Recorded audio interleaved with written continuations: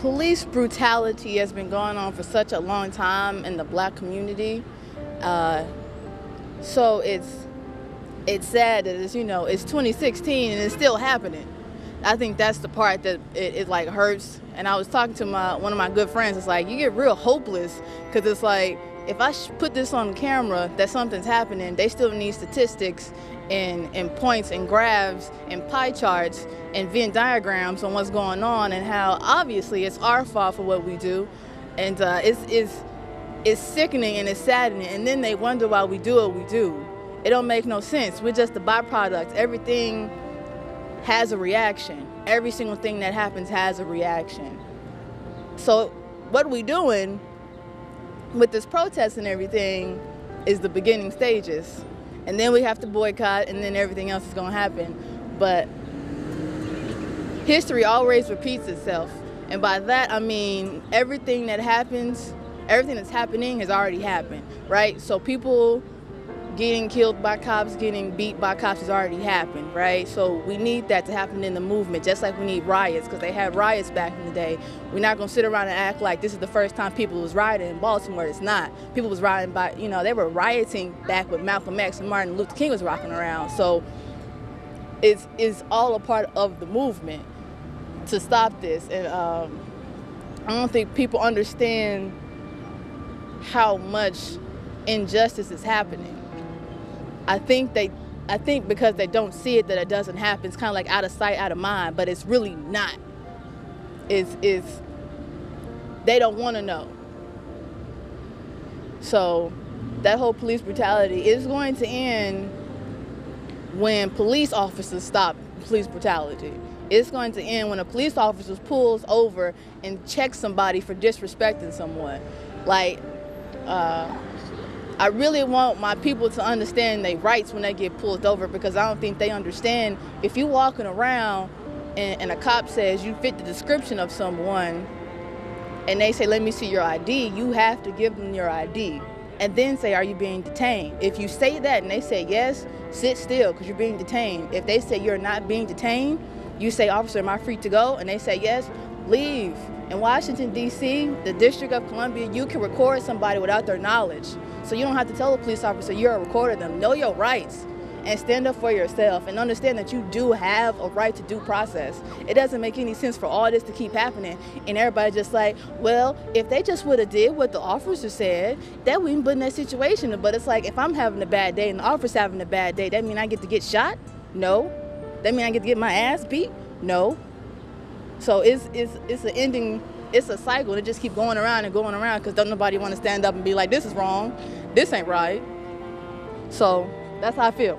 I say instead of saying police brutality, we gotta say racist cops, because you can't categorize everybody, but at the same time, the so-called good cops, they have to speak out and say something. Silence is enabling, and it's just not right, man. It's not right at all. It's just wrong. All across the board is just wrong. It's at the point now where it's like every time you step out of the house, it's like, are you going to come back home? It's like, it's like you don't feel safe now. You're supposed to feel safe by the people who are sworn in to uphold the law. And it's like, they should be held accountable for the things that they do. Just because you're sworn to uphold the law doesn't mean that you're above the law. So, we just got to get it together, man. It's a real tough time right now, and people going back to, killing police is not right, but it's the law of the universe. Every action has an opposite or equal reaction. So, we just got to get it together, man. So in terms of like what's going on with police brutality, I have a lot of different feelings about it. I know for me it's disheartening because it's like this isn't the first instance. And I think the other day I was watching a movie and I was watching Bebe's Kids, and there's this one scene in Bebe's Kids where the guy who's taking the girl out on a date has to get out of the car because of a police officer. And mind you, this movie came out in what, like 1992? So the whole attitude that he had of getting like out of the car, it just reminds me of how we're still, even in the present day, still going through a lot of like the same issues in terms of like how people feel about,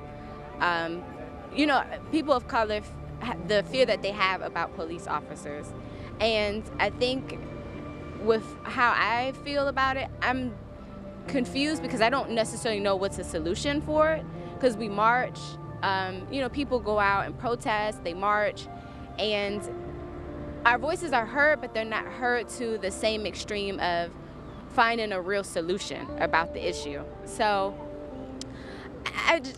to me, I just feel like we need to be more intentional, maybe about raising the issues a little bit more. Maybe if we were consistent about it, and maybe that can spark some type of legislation or something, or some type of task force that monitors police officer misconduct, so that way we won't have a lot of these same like issues going on. Because I'm fearful. I mean, I'm fearful for my little brother. I'm fearful for my godson. It's just a lot going on, and you never know what may be on the mind of a police officer when you get pulled over. And that's just the reality, unfortunately, that we live in.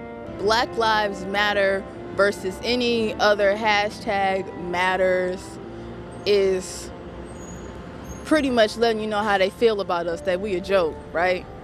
That we the butt of a joke and the joke is on us. So when people say that, to when we say Black Lives Matter, it's just literally what they're saying. It's just a joke. We all can say it. You can say it, we can say it. All lives matter. I seen somebody was like, dog lives matter. I was just like, are you kidding? Seriously? Obviously they do. Obviously they do. But if we sit here and we show you what's happening and then we say, this is why we say it, these two coincide, and then you'd be like, well, black people kill each other all the time. Black people live in the ghettos. Black people do this themselves. Like, what? Doesn't make any sense. It really doesn't. So when we say Black Lives Matter, we're trying to get you to understand that for such a long time, this country has told us that we haven't. And white people always tell black people, get over slavery, get over the civil rights, get over this, get over that, get over Rodney King, get over it. But it's just like, if we get over it and y'all constantly reminding us about it, how are we supposed to do it, right? So the Black Lives Matter movement wasn't actually started for any white people. It was actually started for black people to love each other. The three black women who started that hashtag said they started Black Lives Matter so that all the black people knew what was going on with each other, so we could know that our lives matter. So as far as I'm concerned, you can hashtag any other lives matter. They can kiss my ass and rub it up in between my cheeks with that hashtag, because that's so disrespectful to our movement to sit here and belittle it to a hashtag. But that's all right. It's okay, because it's necessary. It's all right. It's okay. I think when people say Black Lives Matter, they're not taking away from the fact that they feel like all lives matter. I think just at this present time, people want to focus in on black lives because there's so much killing going on, in particular with black men, young people, even, black women. A lot of people feel like we're being targeted, and there's not a lot of things that are there's not a lot of punishment that is happening for people who are taking the lives of black people. So I do agree that all lives matter, but right now we're focused on the black ones. And I think that that's an important, I think people are they just want more attention to the issues that's going on. And like I said, I agree with all lives matter and I agree with Black Lives Matter, but I think that when people say Black Lives Matter, they're not taking away from everyone lives mattering. It's just right now they want to work on the issues that's going on with police killings and police brutality in particular. The whole all lives matter thing, that's like you're not going to show up at a cancer walk and say, well, what about HIV and AIDS? Yeah, that's a problem too, but we're focusing on that right now. And to say all lives matter, yeah, they do, but all lives aren't being all innocent lives aren't being murdered by police officers or racist cops, shall I say. Uh, I mean, it is what it is, man, you know. Yeah, all lives matter, but that's just, all lives didn't matter until people started saying Black lives matter.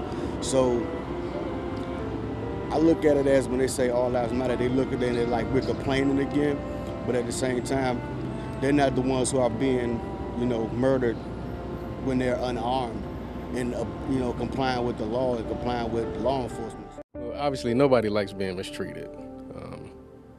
I think you have to look at the fact that when we're in trouble, we call the police. So I think you have to dispel with this notion that somehow African Americans in our community, we don't want to be policed. We do want police presence. We want safety. We're homeowners. We're fathers. We're mothers. We're parents, grandparents. We are a community. We are a living, breathing community. So we want a safe community. We want to be able to walk our streets. We want to be able to interact with people, everyone in our community, and we want the police to be a part of that community. I'd like to see, you know, the time return when we had officer friendly. I don't even know if they still do that, but I don't want my children to view the police negatively. I want them to view them as who they are. They are agents of the community. They are a vital role of the community, and I really want them to be part of that community. So, you know, one, we want to be policed, we want to be respected, and we want them to see our perspective because our experiences are different. They are different, and you can't discount that. The notion that somehow the raising of the awareness that Black Lives Matter is putting down other people is a false narrative. It's simply saying we want to be equal, not superior. And so hopefully, you know, through all the noise, that can be understood. You wouldn't look at the American Cancer Society and say that they're anti-AIDS. You wouldn't look at the Save the Whale movement and say that they're anti-turtle. It's just an attempt to raise awareness to the point of equality, not superiority. Well, I would agree with everything that you said, and I would also add that community policing is one step that can be taken towards rectifying some of these issues that we have with police brutality in our communities. I think that when you have police officers that show their presence in times that's outside of when there's trouble, and they get to know the people in those communities, then we can take steps towards minimizing incidences such as happened with Alton Sterling and Philando Castile. I think that if there was police officers that had relationships in that Baton Rouge neighborhood, then they would have said, oh, that's Alton Sterling, I know him, he sells CDs, as opposed to seeing a big Black man in a red shirt. I think that we just have to start communicating better. We have to start really recognizing the different struggles that people have in this nation. Everybody doesn't have the same struggle. I think that once we start making steps towards that, then we can really start understanding where each other is coming from. We may not always agree, but we can really just start understanding each other's perspectives and respecting each other as human beings. And that's what we want. We want dignity. Even when there's a crime committed, the police officer is not the judge and jury. He's the person who is enforcing the law. If someone needs to be taken into custody, they have to learn how to do it in a way that doesn't create trauma, that doesn't create violence, and when nobody ends up dying. Because many of the times these, things have happened. No one deserves to die at the hands of a police officer. I don't quite understand why that's such a difficult concept for people to wrap their heads around, is that enforce the law, be there to serve and protect so that our communities are not fearful to call the police or develop relationships with police officers. Like you said, everybody deserves dignity. We are having this discussion about how we teach our young Black men how to interact with police officers. And while that's a great step, we know that that's not always, just interacting with police officers in an appropriate way does not always guarantee that you won't be killed or shot. So I think that we just have to learn how to engage in these conversations. There needs to be a national discussion on how police officers can police better and how communities can communicate with the police officers better. We need these relationships. We need each other. So I think also that saying that you are for the Black Lives Matter movement does not mean that you're anti-police. They're not mutually exclusive. Remind people, because you have people that are not part of the community looking at us and saying that you only get upset when it's, police that are committing these things, and that's not true. We have a lot of activities, have movements, and other energies focused on trying to better everyone's experience in our community. We are not at the point where we're ready to cauterize, young people who we think are at risk. We need them, just like we need the police, and that's something that I wish that the national discussion would bring up more. We are interdependent. We need police officers, but we also need these young African Americans to grow up and aspire to do things beyond what their normal experience, is. You are what you see. And unfortunately, a lot of our young people are exposed to a lot of things that are negatively impacting them, negatively influencing them, and it's kind of cutting short their potential in life. And we recognize that not just the police state, but also the education part of it. When you have someone that is exposed to these things and their minds are expanded, and police can be a part of that, somebody in our community should aspire to be part of an organization that upholds law and order. And we get that. I think that what you're seeing now is that there's a feeling, a perception of heavy-handedness. So what I would like to see is, what we had going on when African-American soldiers were returning from war. They started the Double V movement, where it was victory abroad and victory at home. I think that we can kind of bring that back and say that, yes, we want equal treatment from the police, but we'd also want equal treatment from ourselves. We have seen young people do things that, put a negative connotation on themselves. So if we could somehow focus our energies, and I know that we can, focus our energies on improving both situations simultaneously, so that, like I said, that interdependence can come back, so that we can see that we need all of these parts, all of these moving parts to move forward. So hopefully we can get back to that. That what you said about the community policing, and then having the that national discussion among each other, and that we need each other. Obviously, that's something that I've touched on before, but also the idea that, like you said, when we hear of things happening within our communities, like black-on-black violence, then we have people coming out and saying, "Oh, you don't get mad at that." That's true. It's not true. We get mad at that. That's something that we have to fix within our communities, because killing each other, that's something we've been struggling with for a long time, and it's not helping our argument. We have to stop killing each other. But at the same time, when that happens and it's civilians that are doing it, in many instances, in most cases, that person is tried and convicted of a crime.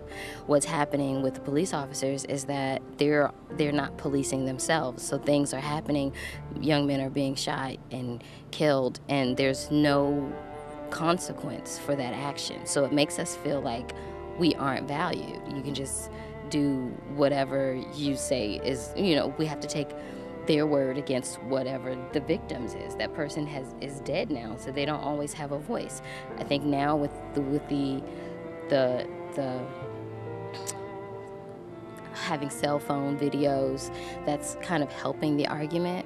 But at the same time, even with cell phones and body cameras, it's still happening. And I think that there has to be some kind of mentality shift that views young African Americans as deserving of this certain type of punishment. It's something has to be said and something has to be done. It just can't go on like this.